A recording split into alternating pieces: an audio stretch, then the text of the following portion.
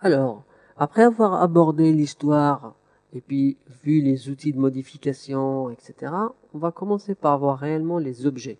Les objets en 3D sur AutoCAD. En fait, si je veux travailler en 3D sur AutoCAD, je serai confronté réellement à 4 types d'objets. C'est les 4 qui me font face ici.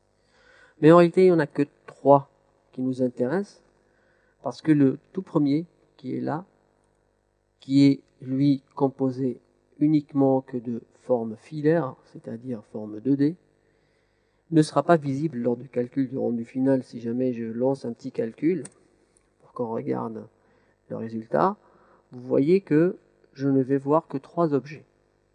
Le tout premier, il va même pas le prendre en compte, tout simplement parce que c'est du filaire.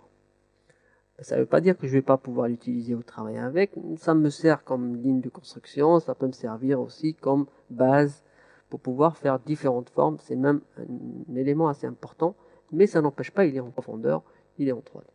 Le deuxième objet, c'est ce qu'on appelle une surface.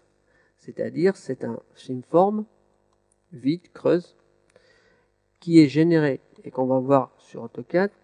Elle peut nous donner différentes formes utilisées principalement mécaniques. Même en architecture, on peut l'utiliser. Et au rendu, elle sera calculée et puis elle sera générée de manière assez intéressante.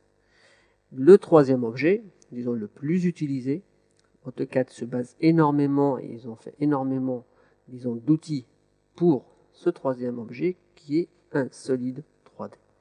Le solide 3D, c'est ce qu'on va utiliser peut-être le plus souvent parce que c'est parmi les objets d'AutoCAD celui qu'on peut le plus manipuler et qui possède le plus d'outils.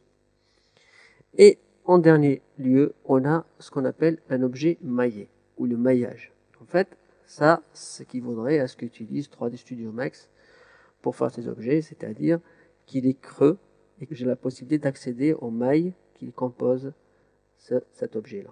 Alors qu'à la différence du solide, où il est considéré comme plein, donc je peux creuser. C'est pour ça que certaines opérations, comme les opérations booléennes, sont plus simples sur un objet de type solide que sur ce type d'objet de type maillage. Donc en somme, voilà nos 4 formes. Nous, on se concentrera sur ces 3-là, principalement sur le solide. Ça ne veut pas dire qu'on va oublier les autres. On va travailler avec tous ces objets-là.